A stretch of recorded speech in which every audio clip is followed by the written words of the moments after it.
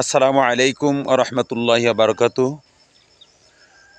সামনে বড় মৌসুম, আর বড় মৌসুম উপলক্ষে এখনই বীজতলা তৈরি করা দরকার। বীজতলা তৈরি হয়েও গেছে, এখন বীজ বপন করা হচ্ছে। এই জাতটা হচ্ছে কাটারি ভোগ।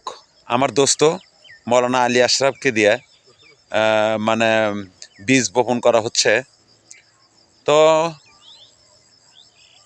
মূলত কৃষিকাজ এটা নতুন কিছু নয়, এটা আমাদের আদি পিতা হজরত আদম আলাইহিস সালাম থেকেই এই কৃষি কাজটা শুরু হয়েছে। বিশেষ করে হজরত আদম আলাইহিস সালাম তিনি ছিলেন একজন সফল কৃষক।